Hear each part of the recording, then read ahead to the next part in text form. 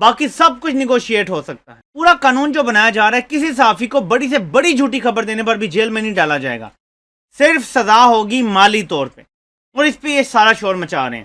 اگر میں نے فیک نیوز نہیں دینی, اگر میں نے یہ نہیں کہنا کہ عمران خان کی حکومت گئی, بزدار صبح جائے گا شام کو عمران جائے گا, اگر میں نے یہ نہیں کہنا کہ دسمبر نہیں جنوری میں حکومت جائے گی, اگر میں نے بیٹھ کے وہاں پہ یہ نہیں کہنا میری چڑیا نے کہا ہے کہ عمران خان جا رہا ہے شہباز شریف وزیر اعظم بنے گا, میں نے اگر جھوٹ نہیں بولنا, اگر میں نے یہ نہیں کہنا کہ عمران خان کی طلاق ہونے والی ہے, اگر میں نے اس طرح کی خبریں نہیں دینی, اگر جس طرح یہ آپ نے دیکھا ہوگا ابھی ریسنٹلی سنگل نیشنل کریکولم کے حوالے سے میڈیا پہ کتنا جھوٹ بولا جا رہا ہے, مسلسل بولا جا رہا ہے.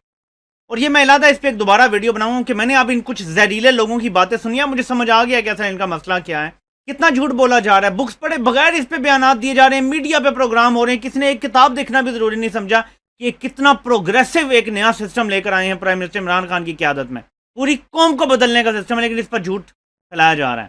الیکشن کمیشن کے حوالے سے, ای وی ایم مشین کے حوالے سے کتنی فیک نیوز چل رہی ہیں, یوٹیوب پہ ویڈیوز بن رہی ہیں کہ یہ دھاندلی کرنے کے لیے لا رہے ہیں, جبکہ سب جانتے ہیں اٹس جسٹ اے کاؤنٹر, اس میں کوئی سافٹ ویئر نہیں ہے, کوئی ہیکنگ نہیں ہو سکتی. جو ووٹ آپ ڈالیں گے اپنی آنکھوں سے دیکھیں گے, اندھے تو نہیں ہو جائیں گے سارے, وہی ووٹ بیلٹ میں جائے گا, دونوں طرف آپ ٹیلی کر لیں گے, پتہ چل جائے گا کس کو کتنا ووٹ پڑا ہے کس پارٹی کو. سمپل سی بات ہے, لیکن اس پہ بھی فیک نیوز چل رہی ہیں. اس کو روکنا ہے نا, کہیں تو تھمنا ہے.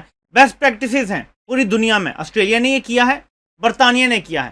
ایک تو یہ کہ میڈیا کے سارے لاز کو اکٹھا کر کے مرج کر کے ایک اتھارٹی بنا دیں آپ بھائی, اور پھر میڈیا ٹریبیونل کیوں نہ بنائیں, اور اس کی ریمیڈی آپ کے پاس ہے. میڈیا ٹریبیونل میں فار ایگزامپل آپ کو سزا ہو جاتی ہے, آپ کے پاس ریمیڈی ہے, آپ سیدھے سپریم کورٹ جا سکتے ہیں اپیل کرنے کے لیے, اپیل کریں قانون کے مطابق. اگر آپ سچے ثابت ہوتے ہیں, آپ نے فیک نیوز نہیں دی, آپ کو چھوڑ دیا جائے گا.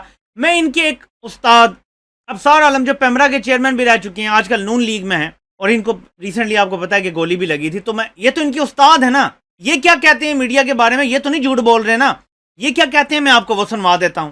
دیکھیں میرا یہ پوائنٹ آف ویو ہے کہ میڈیا ایک انڈسٹری ہے, کوڈ آف کنڈکٹ ہر انڈسٹری کا ہوتا ہے. تو کچھ نہیں کرنا چاہتے آپ, سنتے لیں, کوڈ آف کنڈکٹ ہر انڈسٹری کا ہوتا ہے. کوڈ آف کنڈکٹ پہ اگر عمل کرے گی نا میڈیا کی انڈسٹری تو میڈیا مضبوط ہوگا.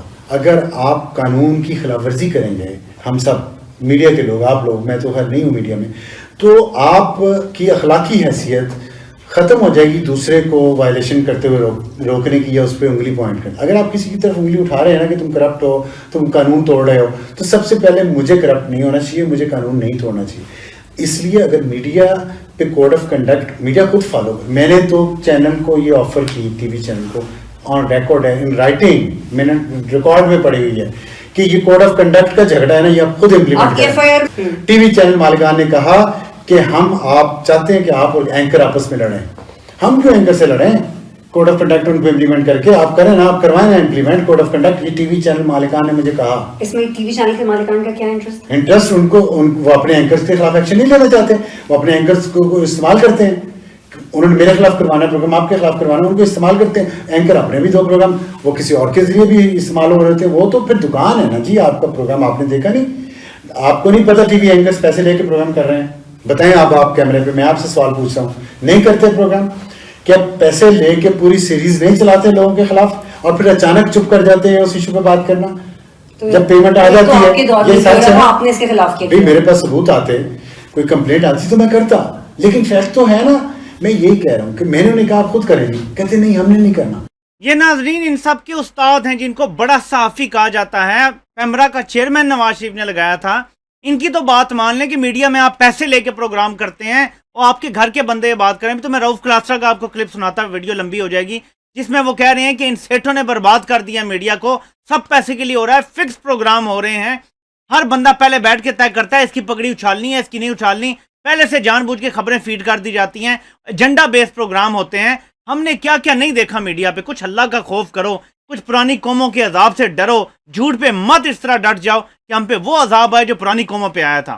میں پھر دہراتا ہوں, یہ وہ ڈیسائسو مومنٹ ہے, جو گروہ جیت جائے گا وہ پاکستان کے مستقبل کا تعین کر دے گا. سچ بولنے والا گروہ جیت گیا جو سچائی چاہتا ہے تو پاکستان ترقی ضرور کرے گا, اور جھوٹ بولنے والا گروہ جیت گیا, میں آپ کو بتا رہا ہوں اللہ کو آپ کی ضرورت نہیں ہے, وہ آپ سے بہتر لوگوں کو لا کے یہاں بسائے گا. آپ نہیں بچیں گے جھوٹ کے ساتھ اگر آپ ایسے انسسٹ کریں گے. اب میں آپ کو بتاتا ہوں کہ ایک ایسی بات کر دی گئی ہے جس کے حوالے سے کی گئی ہے, شاید وہ بھی زندہ نہیں ہوگا, جس کے اوپر الزام لگایا گیا ہے وہ تو ڈیفینیٹلی زندہ نہیں ہے، اور یہ بات کر دی گئی ہے، اب اس کا کوئی ثبوت کسی کے پاس نہیں ہے، کوئی ویریفیکیشن نہیں ہو سکتی۔ جو اوریجنل پلان تھا 9/11 کا وہ یہ تھا 10 جہاز اغوا کر کے اور مختلف جگہوں پہ ان کو ٹکرایا جائے، لیکن وہ پھر اس کو اسامہ بن لادن نے 4 پہ کر دیا۔ 9/11 والے دن میں اپنے دفتر میں کام کر رہا تھا، شام کا وقت تھا اور میں اخبار کا ایڈیٹر تھا، تو مجھے بتایا کسی نے جی کہ کابل سے کوئی بندہ آپ کو ملنے آیا ہے۔ تو میں نے کہا کون ہے؟ ریسیپشن سے کہا بتائیں، پوچھے کون ہے؟ تو اس نے کہا جی وہ نام نہیں بتا رہا، وہ کہہ رہا میری ان سے بات کرا دی۔ تو اس نے مجھے بات کی، اس نے کہا کہ مجھے شیخ نے آپ کے لیے کوئی پیغام دیا۔ میں سمجھ گیا، میں نے اس کو بلا لیا، وہ اوپر آ گیا۔ اس نے مجھے کہا کہ یہ آپ کے دفتر میں جو ٹی وی لگا ہوا ہے اس پہ CNN آتا ہے؟ میں کہا ہاں آتا ہے۔ اس نے کہا ذرا CNN لگا دیا، CNN لگا دیا۔ اس کے بعد اس نے کہا کہ میں تھوڑا انتظار کرنا چاہتا ہوں، آپ اپنا کام آن کریں۔ میں اپنے کام میں مصروف ہو گیا، تھوڑی دیر بعد اس بندے نے شو ڈال دیا۔ میں نے کہا کیا ہوا؟ تو پتا چلا جی کہ وہ ادھر امریکہ میں کچھ جہاز جو ہے وہ ٹکرا گیا کسی بلڈنگ سے۔ وہ میں نے کہا یہ ویسے ہی ایک ایکسیڈنٹ ہو گیا۔ تو اس کا ایکسپریشن تھا جو اسے لگ رہا تھا کہ اس کو کچھ پتا ہے۔ تو میں نے کہا تم کس لیے آئے ہو میرے پاس، تم ٹائم کیوں گین کر رہے ہو؟ اس نے کہا ایک اور ہونا ہے ابھی۔ تھوڑی دیر بعد ایک اور ہو گیا اور دنیا میں شور پڑ گیا۔ اب میں سوچ رہا ہوں کہ یہ کیا ہوا ہے، اور یہ بندہ اوریجنل تھا، اس کو میں کندھار میں ملا تھا اس کے ساتھ۔ تو اس نے مجھے ایک سٹیٹمنٹ دی، عربی میں لکھی ہوئی تھی، چھوٹی سی سٹیٹمنٹ تھی کہ یہ جو کچھ بھی امریکہ میں ہوا ہے اس میں میرا کوئی ہاتھ نہیں ہے، لیکن یہ جنہوں نے یہ کیا ہے میں ان کی تعریف کرتا ہوں۔ یہ اسامہ بن لادن کی سٹیٹمنٹ تھی۔ اب مسئلہ یہ درپیش تھا کہ پوری دنیا کہہ رہی ہے کہ یہ القاعدہ نے کیا ہے، اور پاکستان میں بہت سے لوگ کہہ رہے ہیں نہیں نہیں نہیں نہیں یہ تو یہودیوں کی سازش ہے۔ اب میں جو ہے وہ اس کو کیسے جھٹلاتا؟ میرے تو آنکھوں کے سامنے ہوا تھا، لیکن حالات ایسے تھے کہ آپ اس وقت ساری بات بتا نہیں سکتے تھے۔ پرویز یہ ناظرین آپ نے سنا اس پوری کہانی کا، اب کوئی گواہ موجود نہیں ہوگا، جس کے بارے میں کی گئی وہ موجود نہیں ہے، اب جا کے یہ بات کر دی ہے۔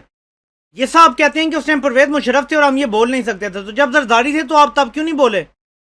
جب بعد میں نواز شریف کی حکومت آئی تو آپ تب کیوں نہیں بولے؟ آپ تو کہتے ہیں ان کی حکومتوں میں میڈیا بڑا آزاد تھا۔